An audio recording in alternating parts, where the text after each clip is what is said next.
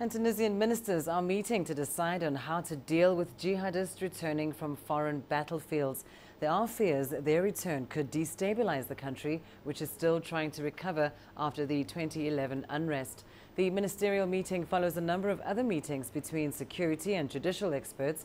Concerns have risen since Tunisian Anis Amri was identified as the suspected driver of a truck that rammed into a Christmas market in Berlin last week, killing 11 people.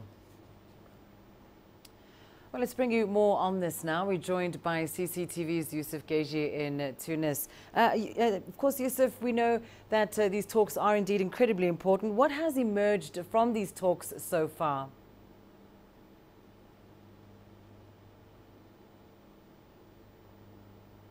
Well, indeed, this is a main issue now in Tunisia, and people are very much afraid of the threat of these Tunisian fighters, or thousands of Tunisian fighters who may return to Tunisia anytime soon. The details of the meeting are still not clear, but what we know so far is that the government is building its strategy around four main points. It's first to prevent any attacks or prevent people from being dragged into this war and terrorism. The second point is to protect and to ensure that the Tunisian borders are protected, but also different facilities, whether government or touristic facilities here in Tunisia or foreigners, are well protected in the country. The third point is to track every single individual who is related to any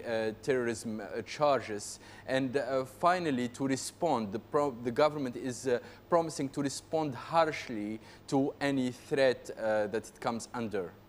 It's certainly a multifaceted response then that the Tunisian government is looking at. But do you think the strategy might involve partnering with neighboring countries for assistance, or perhaps other international players?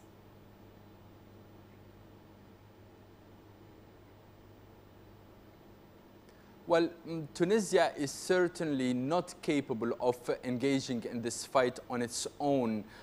So Tunisia will definitely need to have international partners help the country face this threat.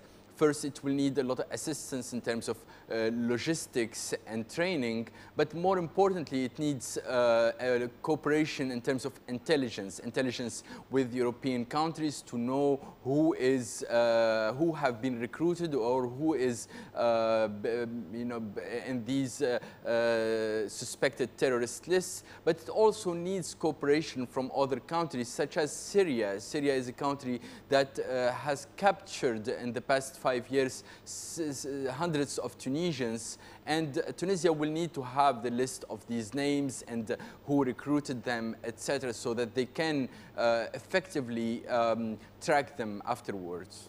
And of course, Yusuf, the other story that we're following today is that of the Tunisian who was suspected of being involved in that attack in Germany. He has now, of course, been released. Has there been any reaction to that there in Tunisia?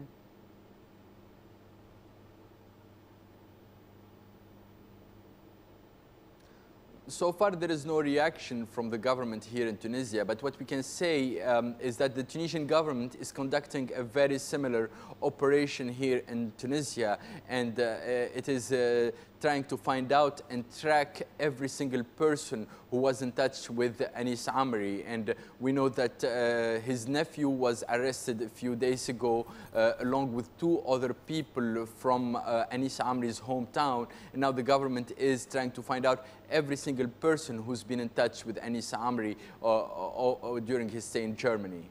Thank you so much, Yusuf Geji, there for that update, joining us live from Tunis.